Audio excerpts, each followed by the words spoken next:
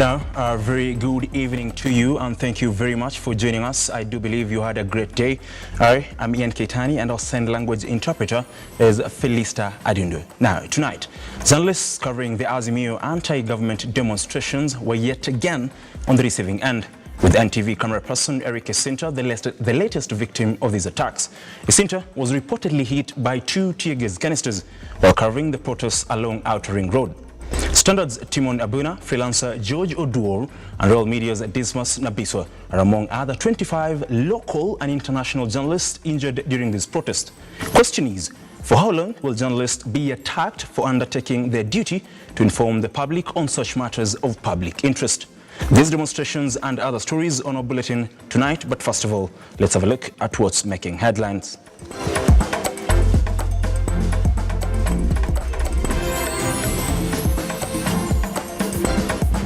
Tonight on Lookuptv News.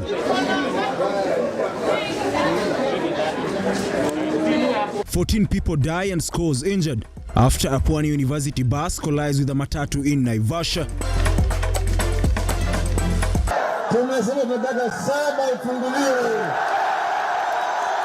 Amidst running battles with the police, Raila Odinga leads the Azimio anti-government protest in Embakasi, Nairobi.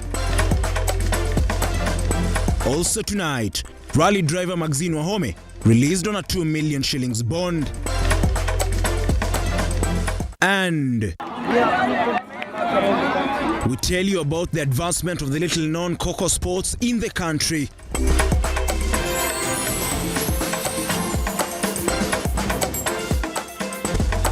Now, remember, you can talk to us and as well watch us across all our social media platforms. We begin this bulletin on sad news, and 14 people have died and scores injured after a Pwani University bus carrying over 30 students lost control and rammed into a matatu along the Nairobi-Nakuru highway in Kayole area, Naivasha. According to reports, the bus was transporting students for sporting activities in Eldoret. Phoebe Ngombe with the details. A somber mood engulfed Kayole area in Naivasha, Nakuru County, after approximately 14 people, including students and teachers from Pwani University, tragically lost their lives. The accident is reported to have occurred at around 1 p.m. when the bus, which was headed to Nakuru, collided with a 14-seater matatu headed towards Nairobi. Hii gari ya wanafunzi ime lose control na ika lose brakes. Ikakuja imeteremka. Bahati mbaya kukakuwa kuna Nissan ilikuwa mbele yake. Ika slow down juu ya kuruka brakes. Kuruka bump. Ikapigiwa honi na ikaachiwa mataa. Still haikuondoka kwa barabara. In case hata ingeondoka tu kidogo, huyu dereva wa basi angeweza kuslice. Hii lori inapanda na hii Nissan. Tumesefu watu wengi, lakini wengi kwa Nissan wameenda tu hivyo tukiona, na lakini wengi tumeweza tumeokoa wakaenda district, na tunashukuru Mungu tu kwa hiyo. Juu hiyo ajali ilikuwa kidogo. Mimi nimekuwa mmoja wao wa kuokoa majeruhi, kwa sababu hata kuna mmoja nimembeba kumfikisha hospitali akakuwa amekufa, ndio tena nikarudi hapa kufanya hiyo kazi ya bado kutoa watu kwa hiyo gari. According to the Rift Valley Police Boss Tom Odera, the Pwani University bus that had 30 passengers on board lost control before rolling several times, with 12 people dying on the spot. Police and emergency responders arrived at the scene to restore the flow of traffic after a snarl-up was experienced due to the accident, with motorists plying that route advised to exercise caution as they approach the area. Residents are now calling for the expansion of the road, noting that cases of fatal accidents around the area were on the rise. Mahali hapa accident imefanyika, ukirudi kwa maktaba ama pahari data zinawekwa, utaona mahali hapa within 2 months pameanguka hapa zaidi ya magari 6, na yote huwa yanaanguka kwa hii mtaro.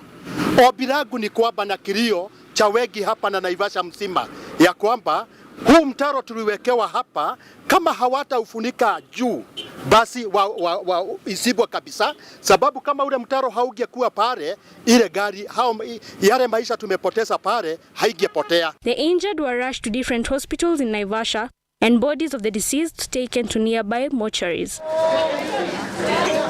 Phoebe Wangombe, Lookuptv.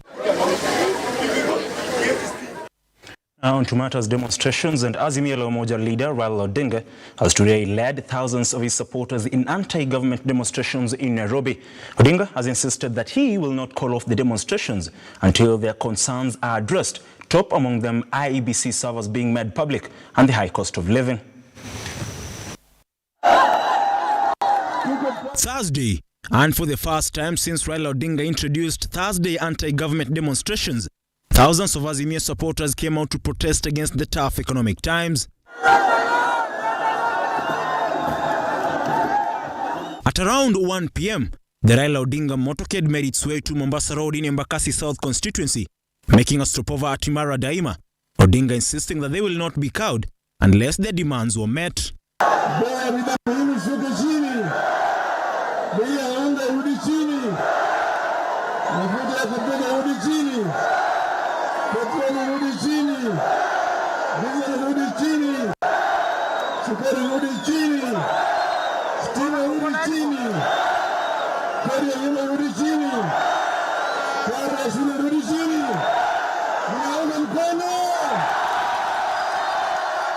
Odinga also reiterated that the 4 IEBC commissioners must be reinstated with immediate effect. Tumesema tume ya uchaguzi ione pamoja na Azimio na wale wanachama Torera ni wengine warudishwe kwa kazi. As Odinga led the demonstrations in Nairobi, similar protests were witnessed in Kisumu, Homa Bay, Migori, Busia, with police officers engaging in running battles with protesters in Mathare and Kibra.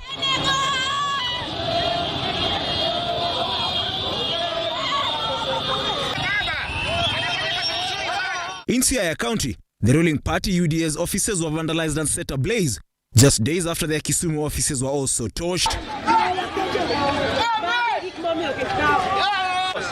Keitany, Lookuptv.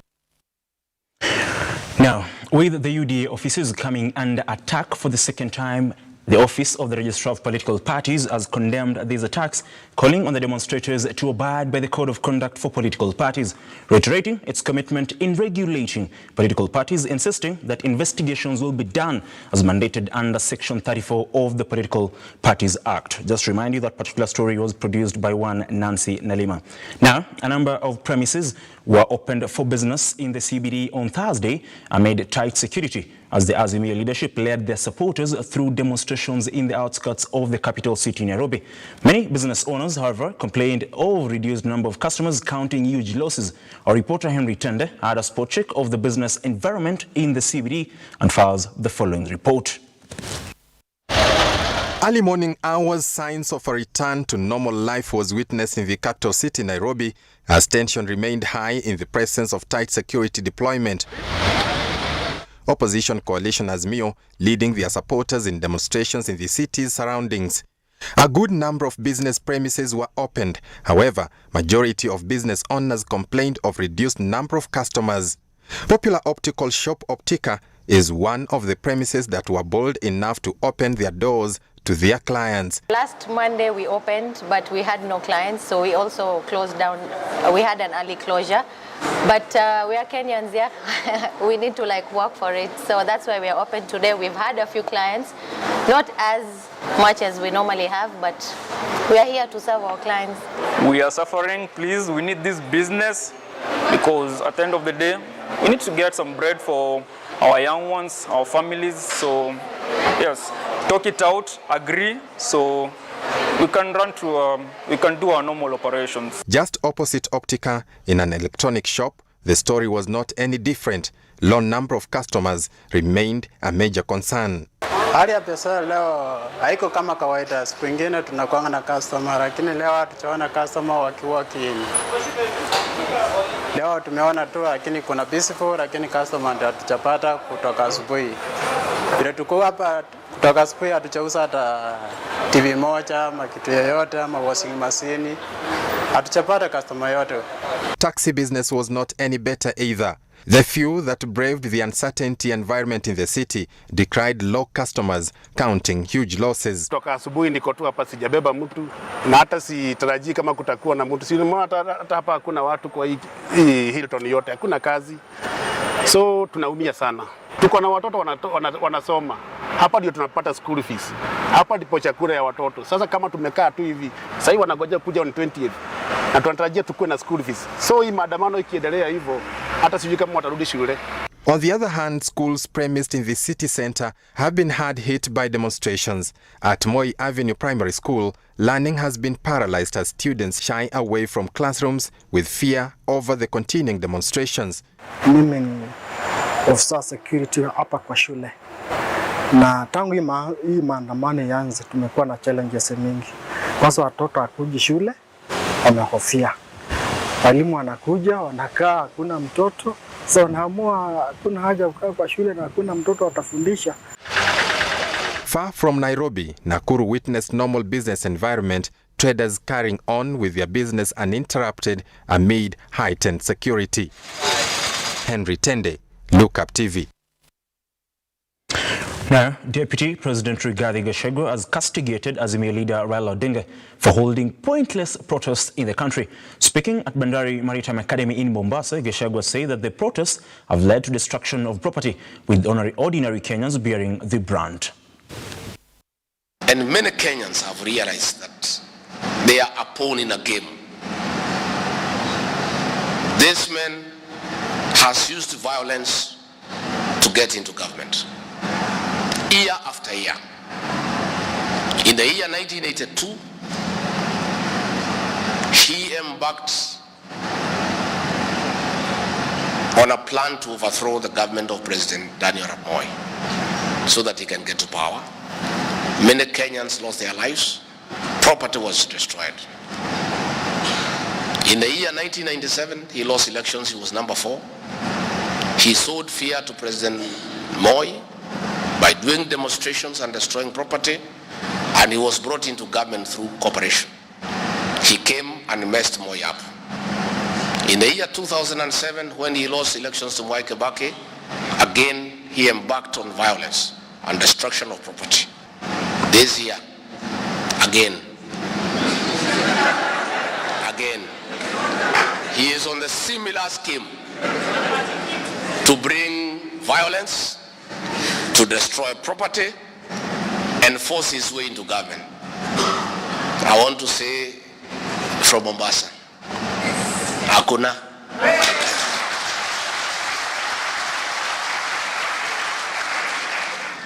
We have told our international partners who are pushing us to sit with Raila Odinga. We have told church leaders who are telling us to sit with Raila Odinga that we are willing to sit with him, but not to discuss his forceful entry into government. We are telling our friends that we cannot violate the Constitution. Our Constitution has no provision for Raila Odinga to come into government through the back door. And we are telling our friend, our elder Raila Odinga, the only way to get into government is through the ballot. Now, the Parliamentary Committee on Commercial Affairs and Energy Committee has begun investigations into a questionable 17.1 billion shillings contract between the Kenya Revenue Authority and Switzerland-based company SIPKE. The David Kosin-led committee now wants to know how the contract was awarded and the terms of agreement. The acting director of the Kenya Revenue Authority appeared before the National Assembly Committee on Commercial Affairs and Energy to respond to tough questions concerning 2015 contract between KRA and Switzerland-based SIPKE company. That they take us through.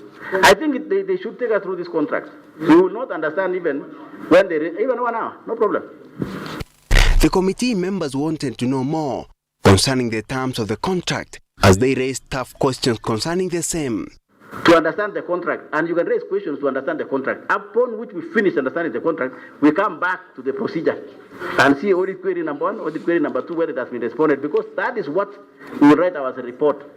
According to the agreement, KRA in 2017 awarded SICPA company a 17 billion shillings tender to make 15 billion stamp to the KRA within a period of 5 years. However, 5 years later, SICPA company only managed to make 13 billion stamps.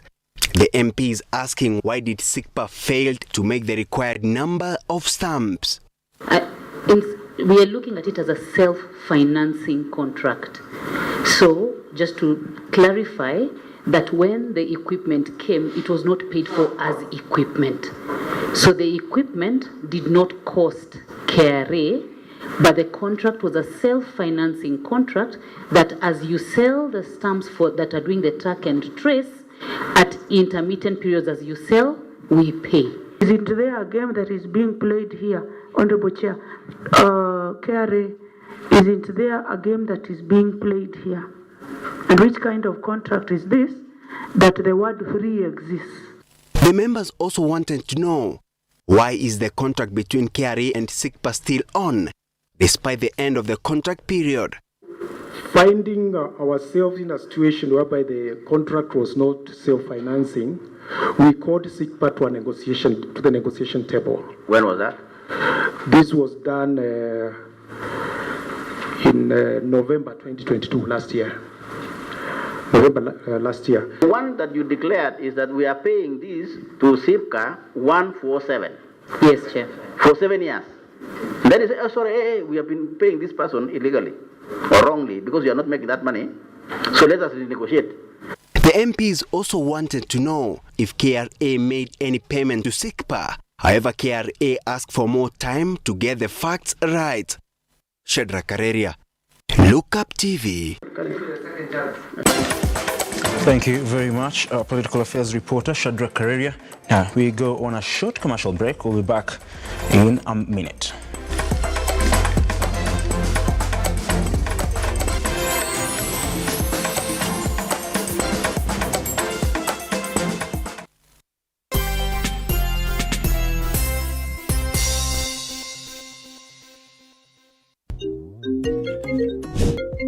Hey darling, are we still on for a coffee date? I'm waiting for you to come and pick me up. I should be able to pick you in a few.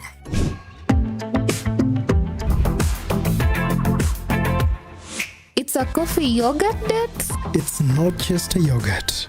It's royal coffee yogurt.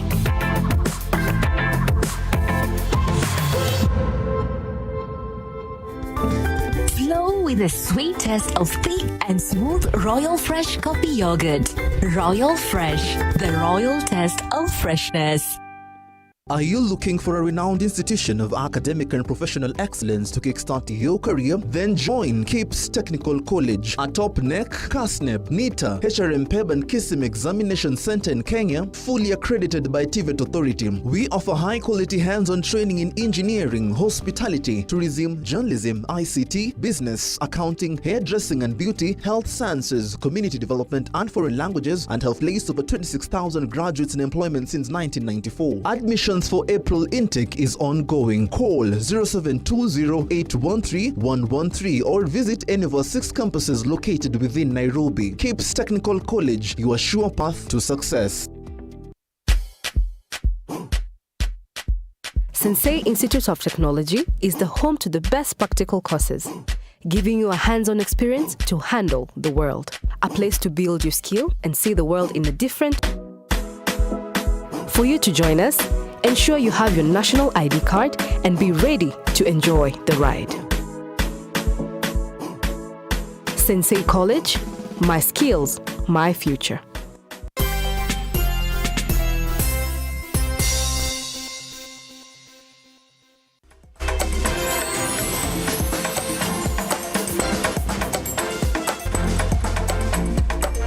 Thank you very much for staying with us. Now, President William Ruto has announced the establishment of a 67 billion shillings Moderna vaccine facility in Nairobi. Ruto noted that Kenya and Moderna have finalized the deal, which will be the first in Africa. The president further assured investors that Kenya's business environment is stable and conducive for investment. It is with pleasure that I announce the finalized deal between Moderna and the government of Kenya to build a $500 million mRNA vaccine facility in Nairobi.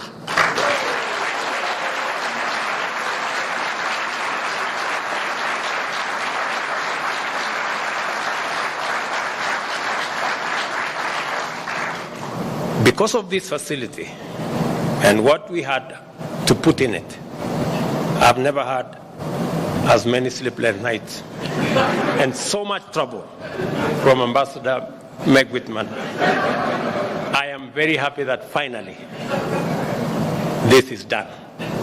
This will be the only such facility on the African continent, and for Moderna, their first factory outside the United States. Moderna's close to 70 billion investment will be a catalyst for the medical and pharmaceutical industry, not just in Kenya, but in our continent. This is truly historic. It is now my pleasure, ladies and gentlemen, to invite a great lady.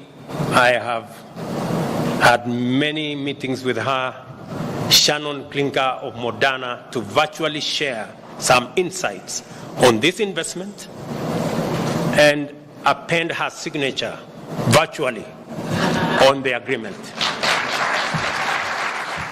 As the steward of Moderna's global public health strategy, it is my distinct pleasure to join you to finalize our agreement to establish an mRNA manufacturing facility in Kenya.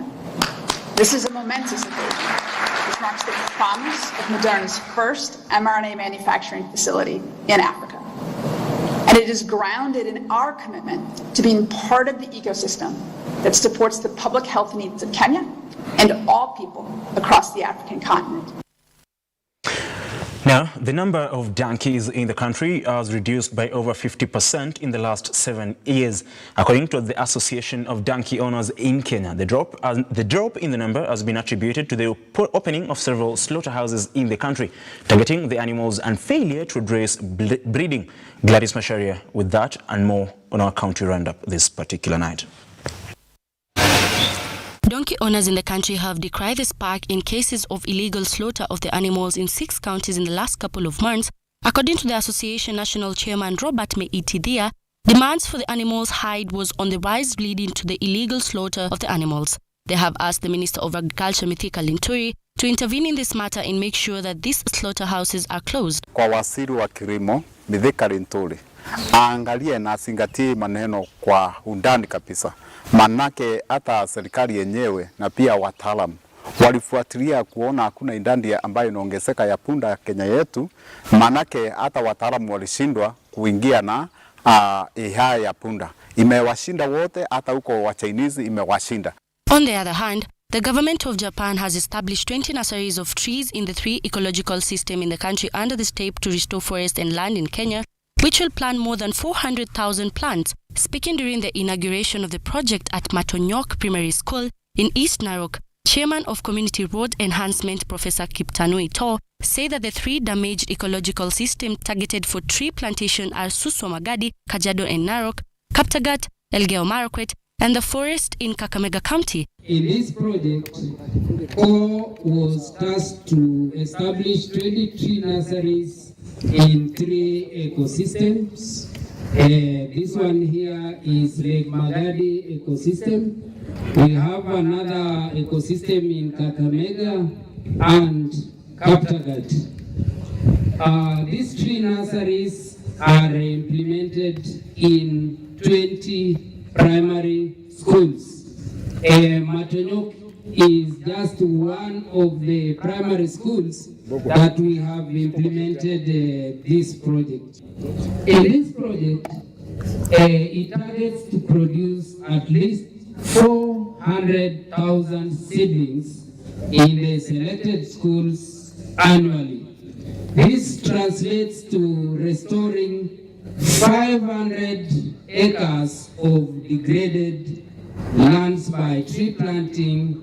Finally, the national government has encouraged to fulfill its promises by starting the construction of water storage dams in Mount Kenya and Aberdare regions, which will help to solve the water shortage arising in the Ewasonyiro system. Tumepangia 50,000 tanks ambazo tutawapatia kwa muda yote, haitakuja kwa mwaka huu, lakini tumepanga kwamba during this time kuna 10,000 tanks za maji ambazo tutapatia wakaaji wa Laikipia, na pia tutaweka katika mashule ambao hakuna, na pia hata katika hospitali kule hakuna storage tutaweza kuweka ili waweze kupata maji maji masafi ya kutumia. Gladys Masharia, Lookuptv.